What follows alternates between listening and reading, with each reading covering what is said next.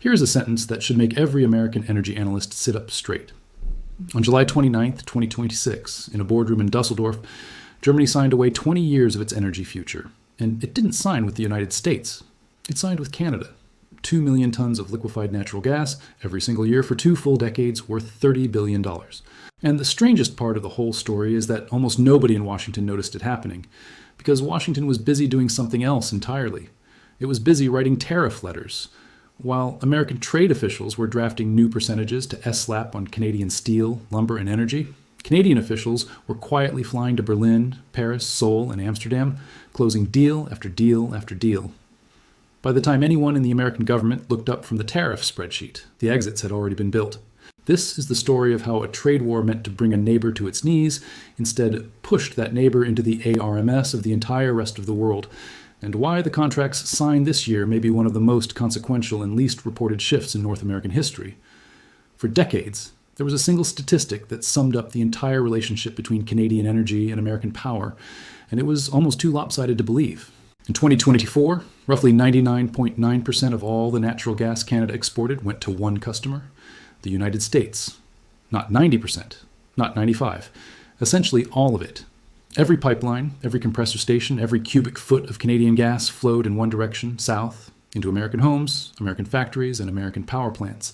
There was no alternative buyer waiting in the wings, no fleet of tankers idling off the coast of British Columbia ready to carry gas to Tokyo or Rotterdam. For the better part of a century, Canada's energy sector had been built as an appendage of the American market, and Washington understood exactly what that dependency meant. It meant leverage. It meant that no matter what tariff, what tax, what trade restriction the United States imposed, Canada's energy sector had nowhere else to turn. That assumption sat quietly underneath American trade policy for generations. Then in 2025, that assumption was tested in public, on live television and on social media, and it did not hold. On February 1st, 2025, Donald Trump announced a sweeping new round of tariffs on Canadian goods, 25% on the majority of imports. A specific 10% carve-out aimed directly at Canadian energy products, the exact sector Washington had always assumed it controlled outright. The reaction in Canada was not the one many expected. There was anger, certainly. Editorial boards were furious. Ordinary Canadians boycotted American products in grocery stores. But the government's response was not panic. Prime Minister Mark Carney, who had taken office earlier that year, did something quieter and, in hindsight, far more dangerous to American interests.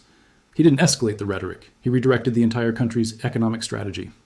Behind closed doors, Carney began treating the tariffs not as an insult to be answered with outrage, but as a deadline to be answered with infrastructure. While Washington kept raising the temperature publicly, by July 2025, threatening a blanket 35% tariff on all Canadian goods. Announced, notably, on a social media post, Canada was doing something Washington apparently wasn't watching closely enough. It was building a door out the back. On June 30th, 2025, a vessel called the Gaslog Glasgow slipped out of the port of Kitimat, British Columbia, loaded with something that had never physically existed before in Canadian history. A commercial cargo of liquefied natural gas, bound not for a pipeline crossing the American border, but for a destination across the entire Pacific Ocean, South Korea. For the first time ever, Canadian gas left the country on a ship instead of through a pipe, sailing into Pentinel Y, under nobody's approval but its own government's. That single tanker was the physical proof of a $40 billion bet Canada had placed years earlier. The facility behind it, LNG Canada, based in Kitimat, was the largest private sector investment project in the country's history, capable of exporting 14 million tons of liquefied natural gas every year once fully operational. It cut the shipping time to Asian markets roughly in half, down to about 10 days instead of 20.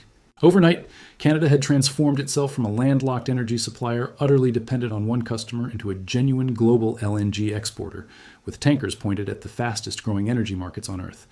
And it did all of that without asking Washington for a single thing. To understand why a country like Germany would fly its own economy minister across the Atlantic to sign a contract with Canada, you have to go back to a single date that still haunts European energy planning, February 24th, 2022. The day Russia invaded Ukraine and detonated Europe's entire energy architecture in the process.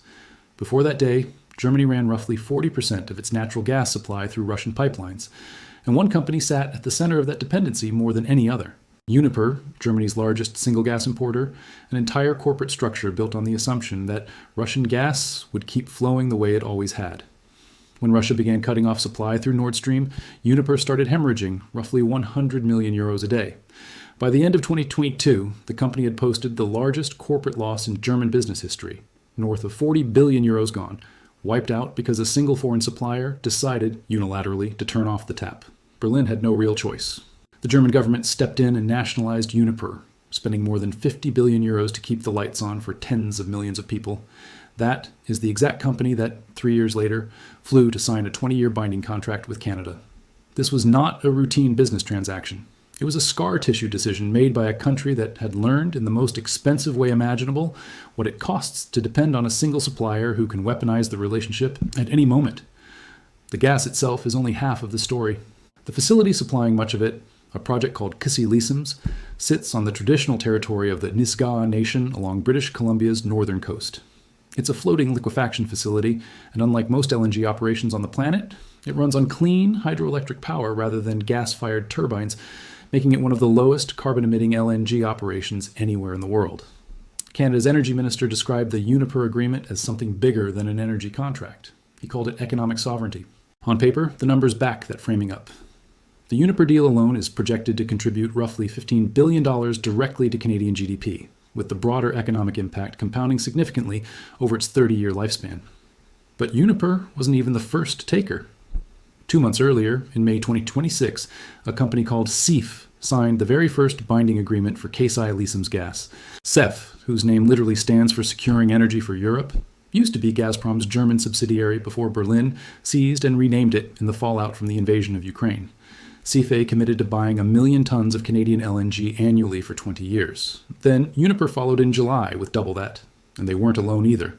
Shell and Total Energies had already locked in their own 20-year agreements back in 2024 and 2020, with the French energy giant Total Energies taking a direct 5% equity stake in the project alongside its 2 million ton annual commitment. Suddenly, a single floating facility off the coast of British Columbia had customers lined up from Germany, France, Britain, Sweden, and the Netherlands, all competing for a slice of Canadian gas that, a few years earlier, had nowhere in the world to go except south. When Germany's Federal Minister of Economic Affairs personally attended the Uniper signing ceremony in Dusseldorf, she wasn't just performing diplomatic theater. Her presence was a message, and the message was aimed as much at Moscow and at Washington as it was at the cameras in the room. She called Canada a strategic partner, reliable, resource-rich, and economically connected to Germany. A language that sounds like a press release until you remember exactly what Germany lost in 2022. It lost a supplier it had trusted for decades, in a matter of weeks, over a decision it had no control over whatsoever. European governments do not forget lessons like that. They rebuild around them, and in Canada they found something they had not had access to since before the invasion. Energy that would actually arrive on schedule, from a democratic ally with no history of turning off the tap for political leverage. That reliability, more than the price per ton, is what Germany was really buying. Back in Ottawa, none of this was improvised. Since taking office in March 2025, Prime Minister Carney had aidé trade diversification, the explicit central pillar of his economic agenda, and he said so publicly, repeatedly, in language that, in hindsight, reads less like a political speech and more like a strategic memo. He traveled to Beijing, to Brussels, to Berlin, laying groundwork while the tariff letters kept arriving from Washington. He negotiated a deal with China that eased tariffs on Canadian agricultural exports in exchange for concessions on electric vehicles. He created a new federal major projects office specifically to fast-track energy infrastructure with national priority status, cutting through the kind of regulatory delay that had slowed CANA, Diane Energy Projects for a generation. And in October 2025, he told Canadians plainly that the decades-long project of deepening economic ties with the United States was, in his words, over.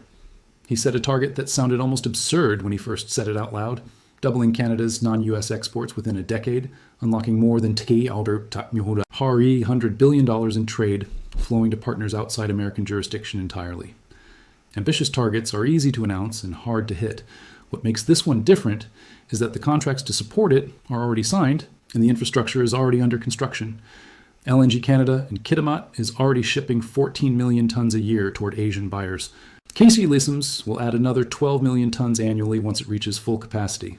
A new pipeline is under co-construction to carry 1 million barrels of oil a day from Alberta to the west coast, feeding tankers bound directly for Asia, currently the fastest growing energy demand region on the planet. After the Trans Mountain pipeline expansion opened in 2024, roughly 70% of the new Pacific-bound exports it carried went straight to Asian markets. The pattern is consistent, and it is not accidental. Every time Canada opens a door to the Pacific, global buyers walk straight through it because, for years, those buyers had no way to reach Canadian energy at all. Here's the detail that separates this shift from ordinary trade friction. Tariffs can be announced on a Tuesday and reversed on a Friday. 20-year binding energy contracts cannot. Uniper is locked in. SEFE is locked in. Shell and Total Energies are locked in. These aren't small trading firms that might walk away if the politics shift. These are sovereign-backed European energy majors with their own government's fingerprints all over the paperwork. Companies that need this supply the way Germany once needed Russian gas, structurally and for decades. Each new contract permanently shaves off a percentage of Canadian energy that used to be entirely dependent on American goodwill. Each kilometer of new pipeline toward the Pacific shifts negotiating leverage a little further away from Washington.